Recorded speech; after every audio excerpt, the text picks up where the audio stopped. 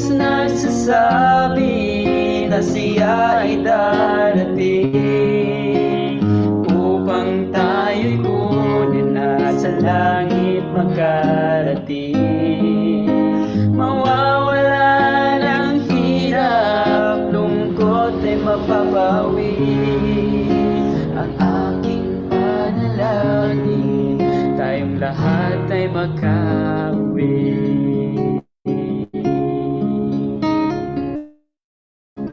Darating ang oras, ibubuhos ng langit ang mangkok sa lupa, punong-puno ng galit.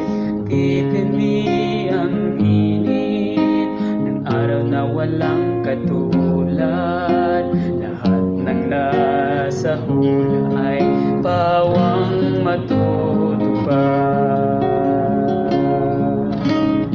Ang Diyos nagsasabi na siya ay darating upang tayo'y kunin na sa langit makarating. Mawawala ng hirap, lungkot ay mapapawi. Ang aking panalangin, tayong lahat ay makauwi. Darating ang oras, ibubuhos na langit ang mangkok sa lupa, punong-puno ng galit. Magdidilim ng sobra, kidlat-kulog ay maririnig, at ang lahat ng natitira'y lindol ay yayanig. Ang Diyos nagsasabi na siya ay darating upang tayo'y kunin na sa langit makarating. Mawawala ng hirap, lungkot ay mapapawi. Ang aking panalangin, tayong lahat ay makauwi. Ang Diyos nagsasabi na siya ay darating upang tayo'y kunin na sa langit makarating. Mawawala ng hirap, lungkot ay mapapawi. Ang aking panalangin, tayong lahat ay makauwi. Aking panalangin, tayong lahat ay makauwi.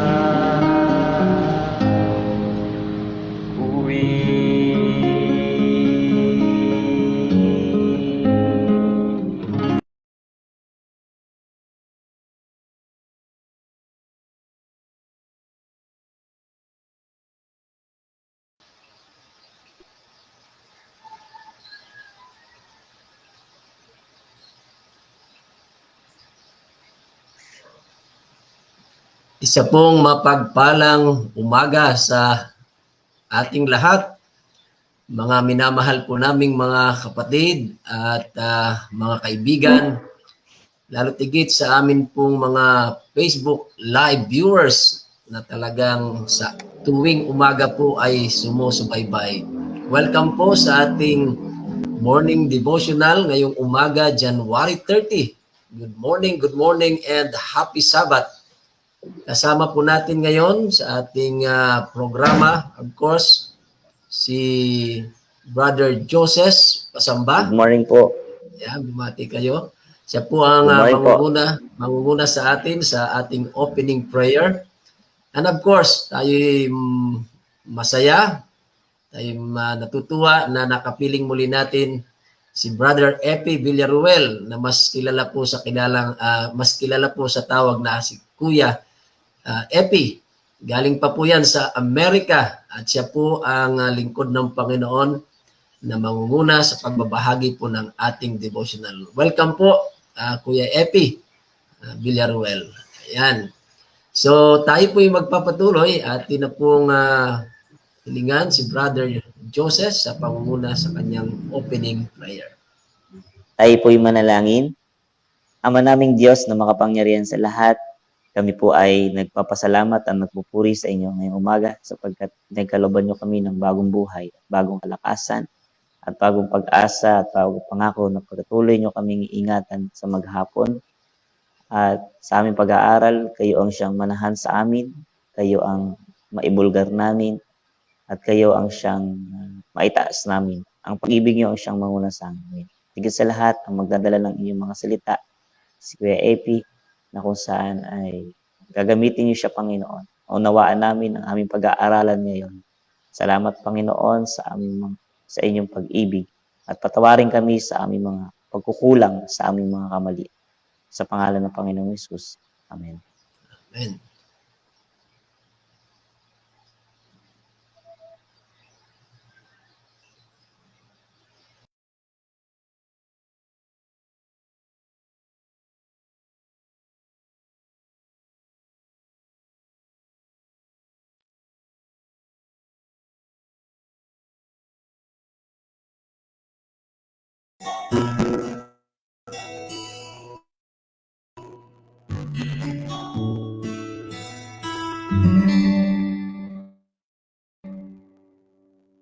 For quite a long time, love I tried to find. I thought I'd see it in a movie, or read it from a sweet love story.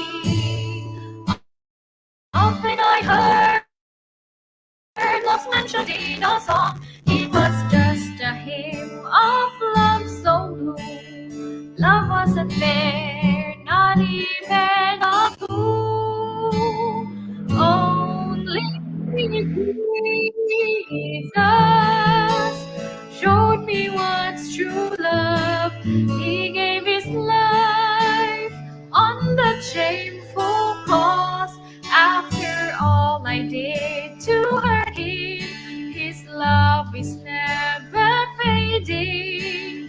No one explains true love but him.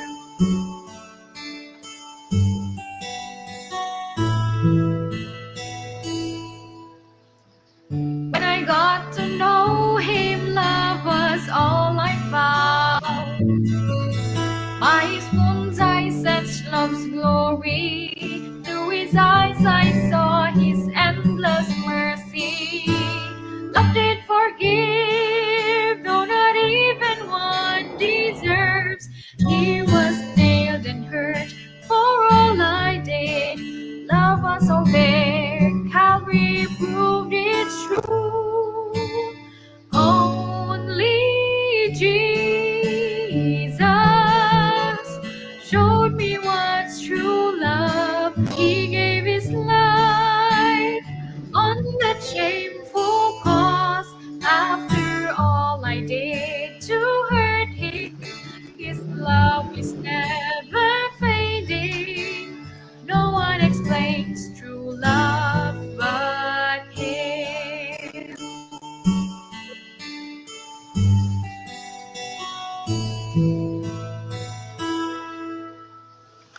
My friend, if love you wanted to define, go to him and hear his calling. Surely there you'll find his grace outpouring. Don't turn away, for his love can't be replaced. Let him cool your heart, his love impart. Believe me, it's true, my lover loves you too. Only Jesus showed me what's true love. He gave his life on that shameful cross. After all I did to hurt him, his love is never fading. No one explains true love but him. No one explains true love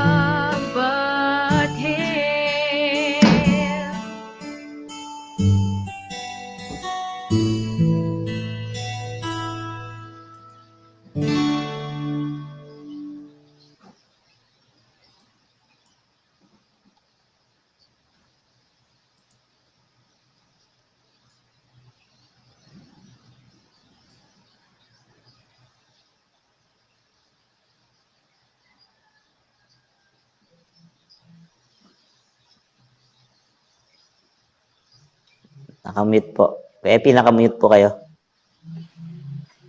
Ako na, no? Nga po. Okay, isang magandang umaga at maligayang Sabado sa inyong lahat at mainit kayong binabati sa pangalan ng ating Panginoon Jesus. Napakaganda ng umaga pag tayo'y mag-umpisa, yung paggising mo pa lang, kaharap mo na kaagad ang Panginoon na nagbigay ng buhay, magandang kalusugan, tamang pag-iisip, at syempre, yung tinapay ng buhay. So ngayon, ang ibabahagi ko dito sa inyo ay itong ating devotional tungkol sa Isaiah chapter 8 verse 20.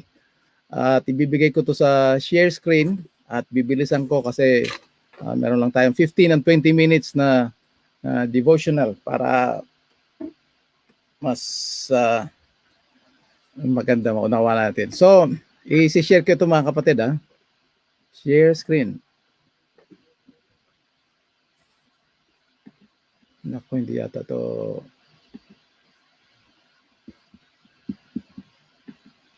Parang ayaw pumayag yung share screen, hindi natin na paano kaya ito? Pwede niyo pong i-share sa ating sa ating group chat at pwede pong kami ang mag-share screen. Paano kung baka maubos na yung oras natin. Paano yung pag-share screen sa group chat? Inyo lamang pong i-share yung inyong PowerPoint po. I-forward niyo po sa group chat natin at pwedeng kami na po ang mag-share screen ng inyong PowerPoint.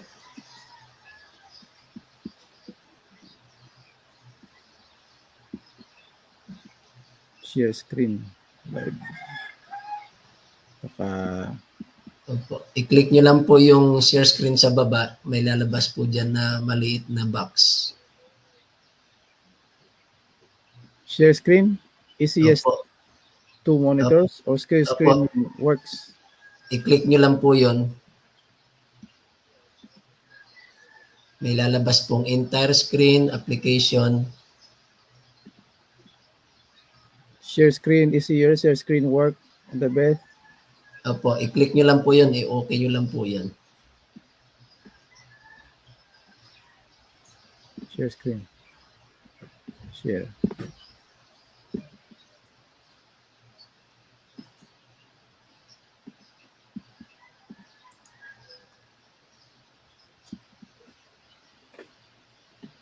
Yan po. Lumalabas na po kayo. Oh. Okay, sa tapos, anong mangyari nito? Maubos na yung oras. Pipiliin nyo po yung inyong files kung saan po nakalabas.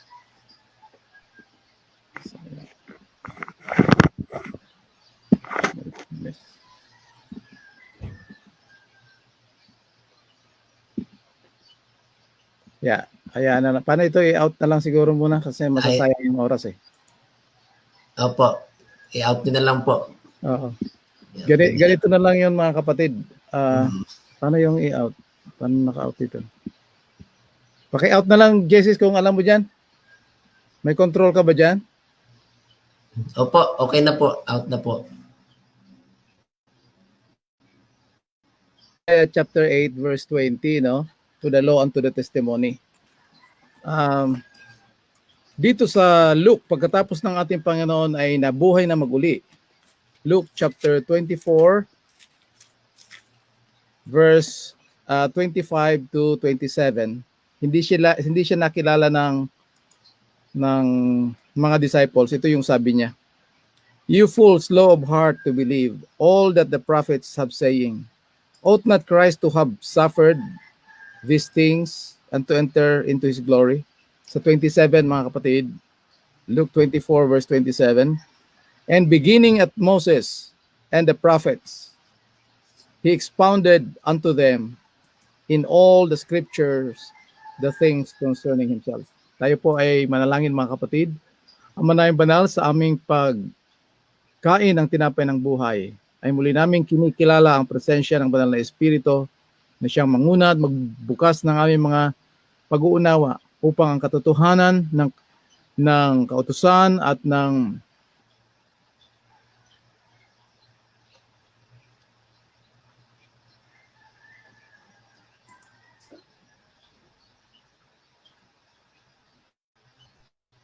Nawala siya, Pastor. Kaya na, Pastor, Nawala. magpatuloy siguro. Okay, mga kaibigan, medyo nagkaroon po ng technical problem si Brother Epi. Hopefully makabalik po siya. Siguro po yung kanyang internet o connection na nagka-problema. So, tayo po'y siya natapos sa konting panalangin. Tayo po'y magpatuloy. Panginoon, nawa po'y makababalik si Brother Epi sa aming live stream upang siya po'y makapag-share ng inyong pabalita. Subalit ngayon po, aming ipagpapatuloy ang pagtalakay ng morning devotional. Salamat po na kami inyong papatubayan sa pangalan ni Jesus. Amen. Okay, so atin pong ipagpapatuloy sapagkat nga si Kuya Epi po ay nawala sa ating broadcast. Mga kapatid, yung title ng ating devotional this morning ay The Scriptures, Our Safeguard. Mula pa po noong January 1 hanggang sa araw na ito, matatapos na po ang January, napakabilis. Brother Joseph, ay pinag-uusapan, pinag-aaralan po natin ang may kinalaman sa banal na kasulatan o ang Biblia. Ay ngayon po, yan, hari si Kuya Epi. Kuya Epi. Oo. Narinig niyo ba yung panalangin ko? Opo, pero naputol po kayo. Sige, tuloy na po. Basta nag-pray tayo. Okay. Opo. Dito sa Luke chapter 24 verse 27, ang sabi niya, sabi ng ating Panginoon Jesus, the beginning of Moses and all the prophets. He expounded unto them all the scriptures of the things concerning him. So itong law and prophets, mga kapatid, hindi lang ito basta turo. Ito ay tumutukoy mismo kay Kristo at sa kanyang gagawin na pagliligtas sa atin. Kaya yung sinabi ng ating Panginoon na ako ay pumarito sa lupa hindi upang gibain o wasakin ang kautusan at mga propeta, the law and the prophets, but to fulfill. Ganito po yung pag-fulfill niya para ma-establish tayo sa katotohanan, the truth as it is in Christ, na may meaning, may buhay, may katotohanan, na hindi lang nananatiling salita, hindi lang nananatiling turo, kung hindi naisa sa kabuhayan pag tamang pag-unawa.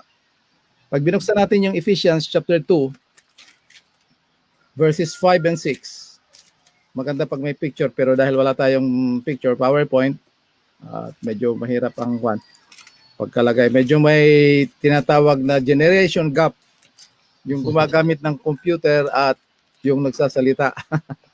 No? Ephesians chapter 2, ito yung maganda dito. Ang sabi dito sa verse 4, Ephesians chapter 2 verse 4, actually verse 5, even when we were dead in sins, nung patay tayo sa kasalanan, He made us alive. Binuhay niya tayo kalakip ni Kristo. Kung meron kayo mga Tagalog Bible dyan, ang sabi dyan ay habang tayo ay mga patay sa kasalanan, tayo ay binuhay niya kalakip ni Kristo. At sa pamamagitan ng biyaya tayo iniligtas. Sa verse 6, maganda, no? At tayo ay kanyang ibinangon kalakip niya. At tayo ay ginawang pinaupo, kasamang pinaupo sa langit. He made us sit together in heavenly places.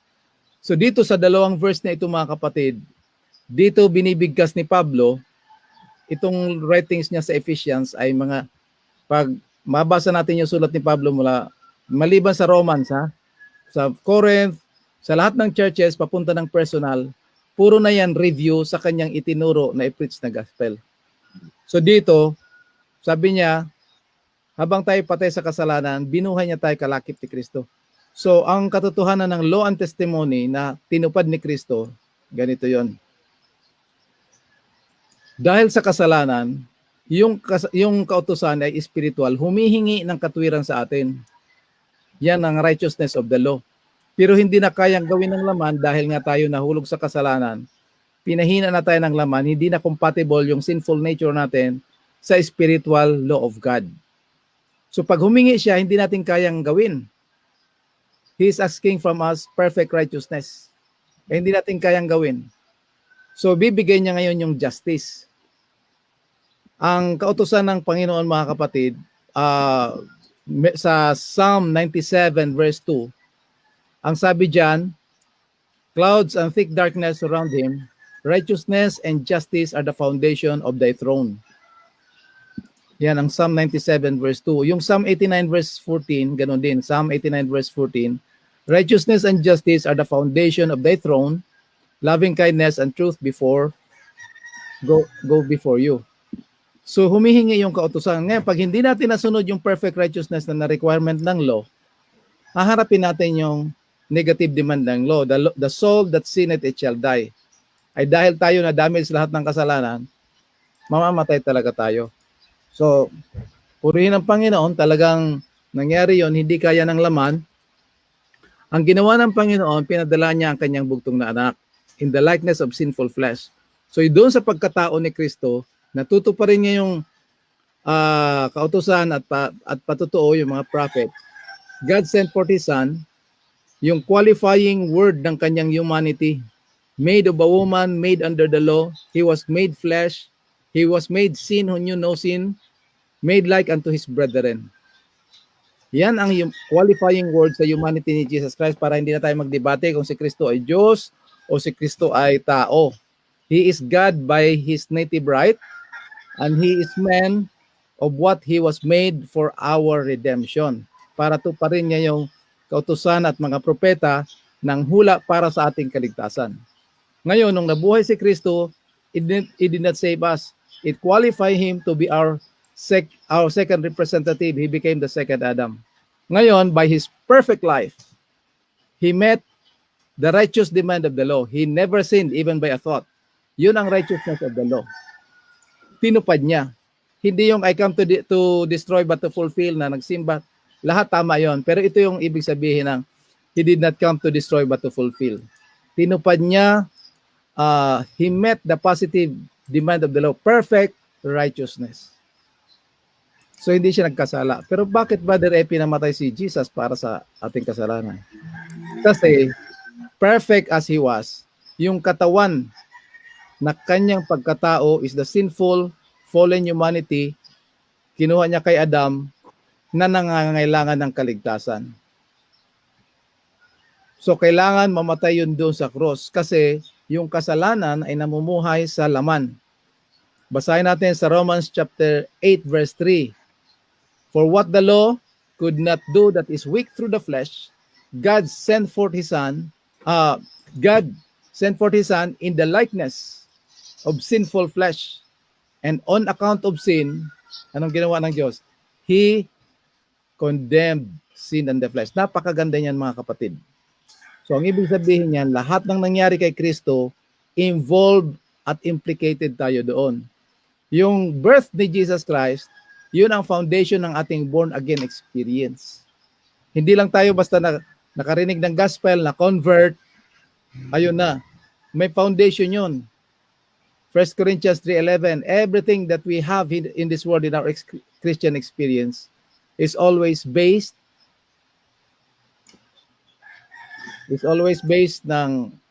sa salita ng Panginoon.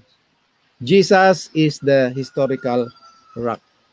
Okay, so by the perfect life of Jesus Christ, He met the positive demand of the law. By His sacrificial death, He met the negative demand of the law, justice of the law. Paano natin nalaman na binayaran ni Kristo yung kaligtasan nung siya namatay doon sa cross? Doon sa resurrection.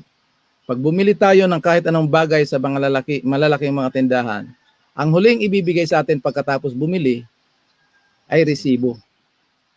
So para matapos itong sa pagtatapos, gusto kong i-conclude na pag sinabing ang safeguard natin ang Word of God to the law and to the testimony, it's not just a word, it's not just an extraction, but fulfilled in the holy history of Jesus Christ. Kaya ang ating tanging pag-asa sa katotohanan ng safeguard ng Word of God, the Word of God is Jesus Christ Himself. By His perfect life, He is our righteousness. By His sacrificial death, He paid the full wages of sin para sa ating lahat. So lahat ng mga turo na kung sa sino-sino at anong ituturo, it must always be on the basis of what the law has been taught, the writings of Moses and the prophets. Anong sabi ni Jesus sa Luke 24 verse 27? Lahat mula kay Moises papunta sa mga propeta, iyon ang nagtuturo sa atin. Siya yung nagtupad. Kaya ang katwiran ni Kristo, ang kabanalan ni Kristo, siya ang ating katwiran, siya ang ating kabanalan, siya ang ating lahat. Pag in-apply natin sa ating buhay. Wala tayong pwedeng may contribute sa ating kaligtasan kung hindi, thank you Lord for saving my soul. Thank you Lord for making me whole. Thank you Lord for thy great salvation, so rich and free. So mga kapatid, para hindi tayo malito, hindi tayo madaya ng kaaway, always to the law and to the testimony. Because if they speak not according to this word, there is no light in them. And who is the light? Jesus Christ. So dito tayo natatapos mga kapatid, pag meron tayong mga comment. Let us pray. Heavenly Father, as we close this meditation, devotional, may the truth as it is in Christ, as Christ in his holy history, fulfilled the law and the prophets. Help us, Lord, to rejoice in this truth, because this is the only guard to the faith that you have given to the saints, that we can walk out of the deception of the enemy. Thank you, Lord, especially for the presence of the Holy Spirit. In Jesus' name we pray. Amen. Okay. Maraming salamat, Brother Epi, sa napakaganda pong pagtalakay ng ating lesson. Ngayon po dadako tayo sa ating mga reflection. Ating unahin si Brother Joseph na magbahagi, and then ako po, and then ibabalik natin kay Kuya Epi for kung meron pa siyang talagang mga conclusion pa sa atin pong devotional. Brother Joseph, ano ang inyong masasabi na reflection sa atin pong devotional ngayong umaga? Yan, good morning po sa ating lahat at higit sa lahat sa mga viewers. At good morning, Pastor, and good morning, Kuya Epi. Napakagandang umaga. Happy Sabbath din po sa ating lahat.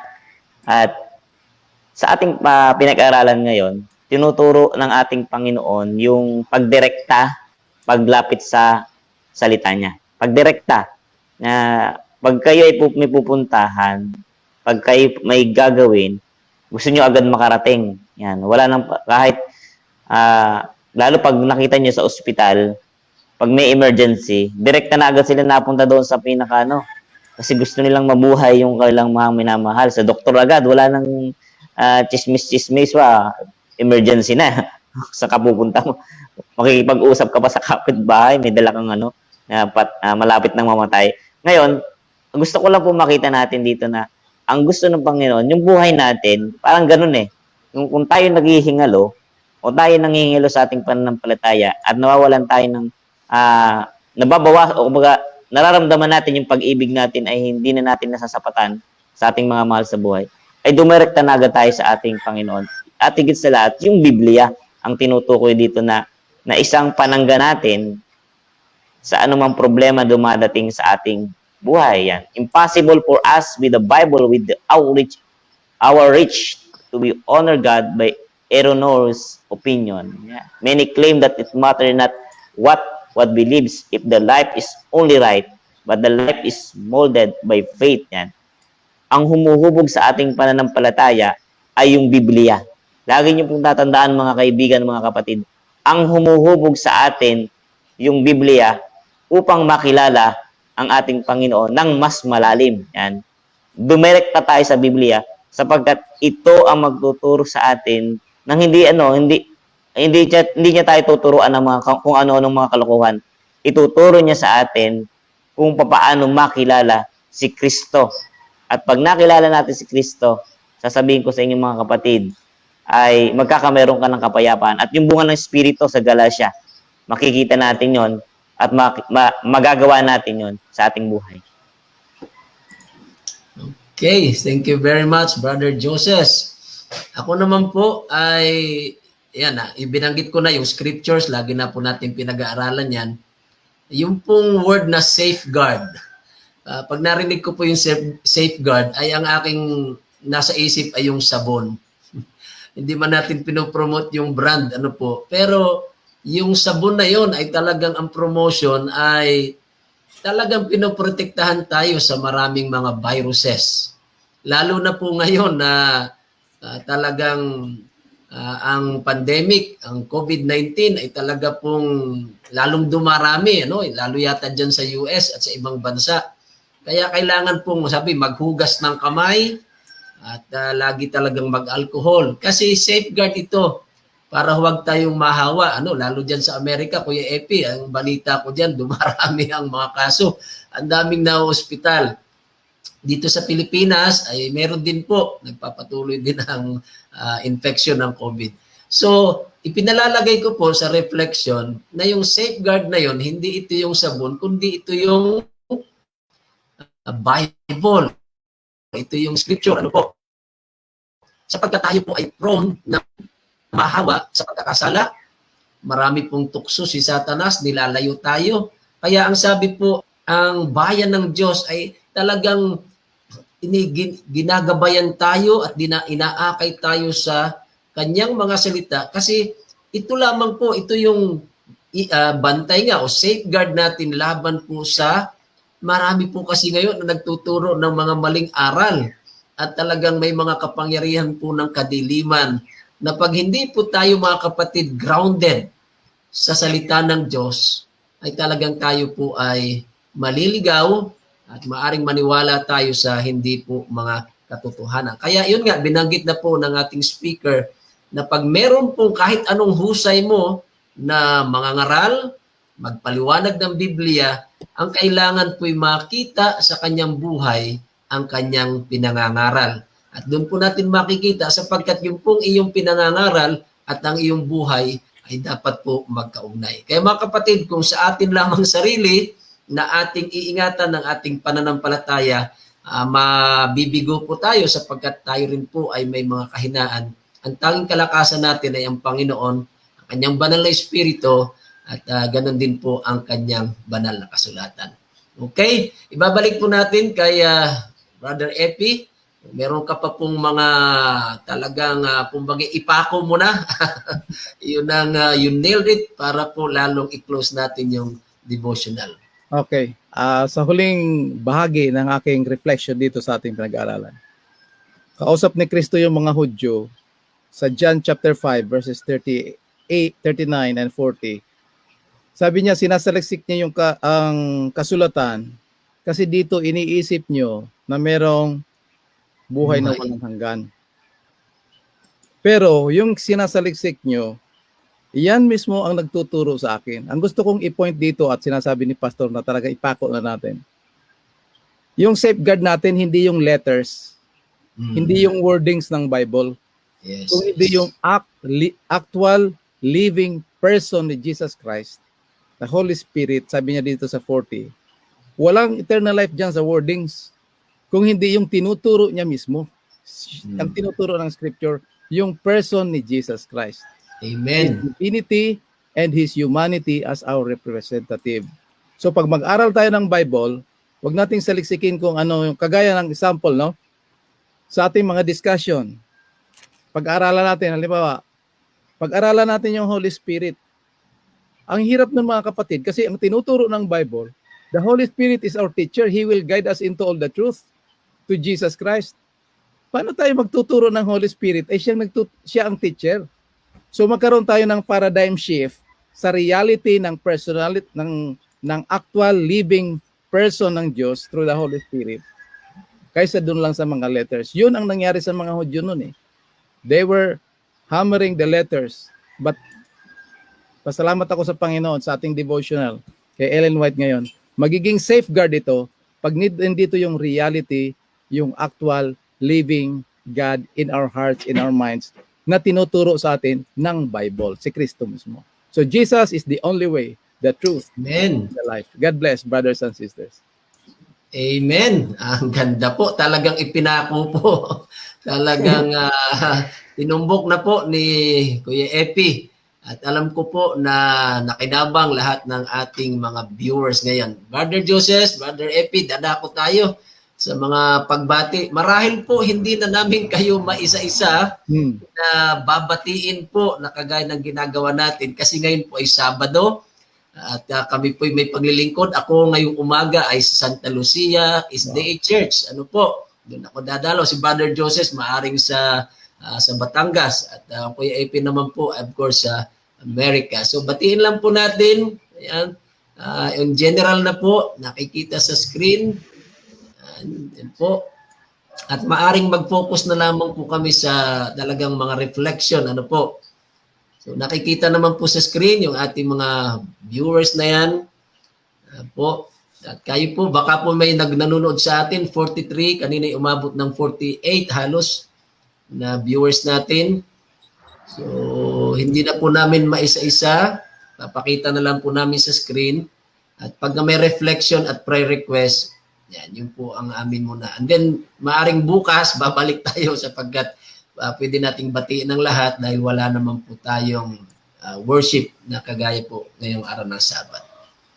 Okay? So, meron ba tayong, ayan, ito, palagay ko, binabati ng Ate Lolit si Kuya Epi. Yan, dahil sila po ay talagang magkakilala at parang magkapatid na ang turing ng mga yan. Okay, Brother Joseph, ang kasunod, ayan ating banggitin yan sapagkat ito po yung prayer request na po. Mula po kay Nanay Edith o Edita Red, ito po yung mga taga-talaan sa Sariaya po. Pakisama po sa prayer ang aking kalusugan. Ako po ay bigyan ng kagalingan para sa mabuting kalusugan. Yes po, Mami Edith, atin pong isasama sa panalangin. Meron pa, Brother Joseph, si Marilyn Laurel. Ayan, yan po ay, good morning po, Pastor. Happy Sabat po. Isama po nyo sa panalangin ang aming pamilya at kapatid sa pananampalataya ng Kalasumanga na sana'y maging matibay. Si Brother Epi ang mananalangin mamaya, kaya kung maaari po, ma-take note nyo po itong mga prayer requests. Si Sister Marilyn Laurel ay member po natin, no? Ako'y destino dyan sa Infanta Panukulan. Dati po isang distrito yan. So sila po ay nanonood sa atin at gusto pong ipanalangin ang kanyang pamilya, kapatid, sa pananampalataya. Ano po? Meron pa, Brother Joseph? Ayan, mula po sa St. Bernard, Southern Leyte. Kilala po natin yan, si Brother Jimrel Guzon. So salamat po sa Bulod-Bulod Church. Okay, yan, mga prayer request po. Pakisama po sa prayer ang family ko, lalo na si Jun Hiro Sumia na busy sa work. Kilala, kaibigan ko po si Jun Hiro, anak po ni Ma'am May. Jun Hiro, gambati ko na sa inyo At magbigay ka ng time para sa Panginoon. Ayan, kilala po natin yan si Jun Hiro. Bina-Bible study ko yan noon sa Pangil. Okay, at si Ate Saida, big amen po sa very clear reflection sa umagang ito. Thank you all. Happy blessed Sabbath. Good morning din. Happy Sabbath, Ate Saida. Yan po ay nasa South Korea. Ano po. Okay. Happy Sabbath. Ayan. Ayan, kilala din ni Ma'am Banji, si Kuya Epi at binabati, Ma'am Laila. Dako tayo sa mga prayer requests, Brother Joseph. Parang wala na, Pastor, ah. Ano? Oo. Ito, meron ito. Ay, meron pa, Pastor. Presi. Merong reflection yan. Meron. Makita Yan, niya. si Ma'am Presi, ano po? Sabi, opo, ang weapon natin ay ang banal na kasulatan, matatag ito, at kailangan ay magtiwala tayo. Amen. Ito po yung nasa US din, itong si Ma'am Presi Mercado. So, ayan. So, alam po natin, walang sino man na alam na ninyo ang ibig, alam na ninyo ang ibig sabihin. Ayan, kanya pong finalo up yung kanyang okay, so far yun po ang ating mga reflection at mga prayer request. Maliban po kung meron pa po kayong prayer request, magbibigay po kami ng ilang sandali para po kayo ay makapagbanggit ng inyong prayer request. Pero Yan, pwede niyong isulat po yan, Brother RP. yan, kahit mga ilang highlights. At pwede rin po niyong makita sa ating screen habang kayo po yung nananalangin. Ano po? So, mga kapatid, ipagpaumanin po ninyo, hindi man namin kayo maisa-isa, pero napakarami. 42 po ngayon ang ating viewers. So, nariyan po. Kita naman namin ang inyong mga pangalan. So, kayo po yung aming malugod na binabati at pinasasalamatan sa inyo pong araw-araw na talagang panunood po. At may mga top fan na tayo, Brother Joseph. Salamat. Ang ibig sabihin po, ang top fan ay talagang isinishare po ninyo ang halos lahat ng ating program At yung ibang kategory ay sharer. Ayan, nagsishare. Pero pag lagi po kayo nagsishare, ay umaabot kayo sa tinatawag top fan. Ayan. So, ayan, marahil po ay nakuha na ang mga panalangin. Merong isang pahabol na panalangin, Brother Joseph. Pastor, si Pastor Jenny Jenny Abadilla. Abadilla, kasama sa po. Ito'y kaibigan po ng Ate Lolit na taga Tayabas, Quezon. Si Ma'am Jenny Abadilla. Ayan, ito po'y may karamdaman at kahit nung mga program pa natin nung una ay isinasama po natin sa panalangin. Okay. So siguro po, yun ang ating mga prayer request ngayong umaga. Nakuha nyo na po, Kuya Epi? Ayan, okay. So mga kaibigan, mga kapatid, ano man po ang inyong ginagawa ngayon, kayo nasa bahay, sa anumang lugar, sa anumang bansa, tayo po'y sama-samang manalangin. At ito po, may humabol si Sister Mylene Ilagan. Pakisama po sa prayer ang lahat ay ingatan, lalo na ang mga nagbibiyahe at nagamit ng mga motor o sino mang mga sakyan. Yes po, ating isasama sa panalangin po ang mga naglalakbay sa pamagitan ng iba't ibang uri ng sakyan. Okay? Tayo po ay ilagay natin ang ating mga puso't isipan sa banal na presensya ng Panginoon sa pamagitan po ng panalangin. Ilapit natin ang lahat ng kahilingan. Ang pangungunahan po tayo ni Brother Epi sa atin pong panalangin, closing prayer na po at yung mga kahilingan yung ilapit sa Kanya. Sige po, Kuya Epi. Tayo po ay manalangin. Dakila po naming Diyos, Ama naming banal. Lubos ang aming kagalakan sa inyong patuloy na pakikisama. Pinapahintulutan niyo kami lumago sa biyaya at pananampalataya higit sa lahat sa presensya ng banal na Espiritu na kung saan kaming lahat ay nag-iipon sa oras na ito ang inyong mga anak. Sa kabila ng kami ay hiwa-hiwalay at nasa iba't ibang dako ng panig ng mundo. Kami ay inyong pinag-iipon, pinagkakaisa sa inyong banal na luklukan upang magsamba sa Espiritu at katotohanan, magpuri sa inyong dakilang pangalan at magalak, magdiwang sa kapangyarihan ng inyong kaligtasan at kagalakan. Salamat Panginoon sa katotohanan ng inyong banal na salita, na ito ay hindi lamang salita, kung hindi tunay at buhay sa pamamagitan ng banal na Espiritu, at ang katotohanan ito ay nasa aming Panginoong Hesus. Sa oras na ito, Panginoon, ay nilalapit namin ang inyong mga anak na lahat na may mga kahilingan, mga may pangangailangan, at pinanghahawakan namin na lahat ng kahilingan ito ay didingpin ng ayon sa iyo. Una sa lahat, Panginoon, ay dinadala ang kahilingan ni Sister Marlene Sortier na sa kanilang pamilya, sa kanilang kasamahan, sa iglesia, mga kapatid, na sila ay tumibay sa pananampalataya, lumago sa biyaya, at maging masigasig sa pagkikipagbahagi sa ikatatapos ng inyong mga ganun din, Panginoon, ang inyong anak, aming kapatid, si Sister Videta, doon sa talaan. Sa kanilang mga pangailangan, ay sila inyong tuturuin at bibigyan, higit sa lahat, Panginoon, sa spiritual na pangailangan, upang sila din ay maging patuloy na liwanag, ilaw, daluyan, kasangkapan ng inyong pagpapala at kagalakan ng kaligtasan sa lahat ng kanilang mga kasalanan. Kayo ang makita at mataas, kayo ang liwanag. Dinadalangin din namin, Panginoon, ang pahilingan na si John, si Mia, na lutuin niyo siya ng inyong kapangyarihan ng banal na Espiritu upang sa kanyang pakikipag-relasyon sa inyo, siya rin ay magamit ng kasangkapan para sa kailaligtas ng marayas ng kaluluwa. Higit sa lahat, Panginoon, dinadalangin ko si Pastor Joby. Patuloy siyang pagpalain ng inyong Espiritu na siya ay effective and powerful na kasangkapan sa kanyang Espiritu na inyong ipinagkatiwala sa kanya. Patuloy niyong pag-ingat ay sa kanya. Pinadalangin din namin, Panginoon, nabulog namin sa inyo sa Jenny Abadilla, sa kanyang kalagayan, Kayo ang mag-comfort sa Kanya. Kayo ang maggabay. At iparamdam sa Kanya ang patuloy na pagkikisama ng Banal na Espiritu. Ang iyong pag-ibig. Higit sa lahat sa aming panalangin ng Panginoon. Ay binabalik namin ang pagpapasalamat sa katotohanan ng katiyakan ng aming kaligtasan. Ganon din, Panginoon, sa mga nagbabiyahe ngayon. Lalakbay.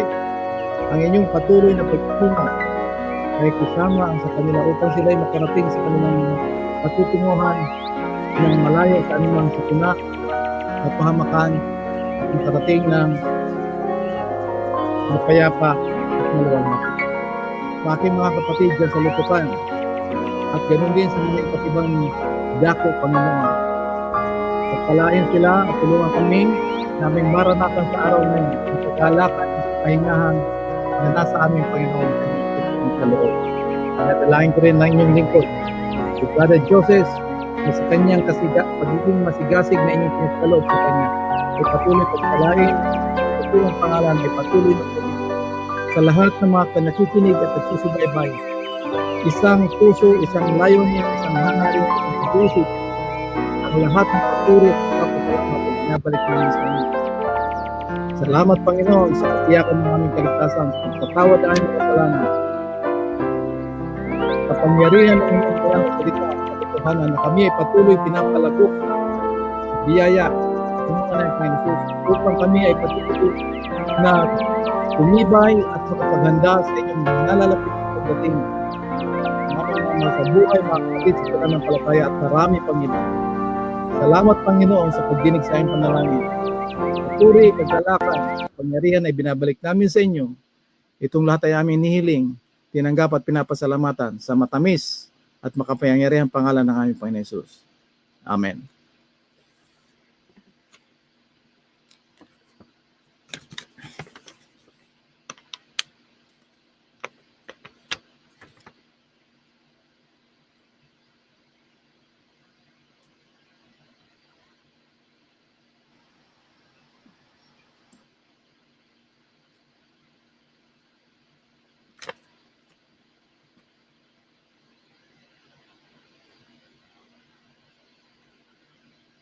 Okay na?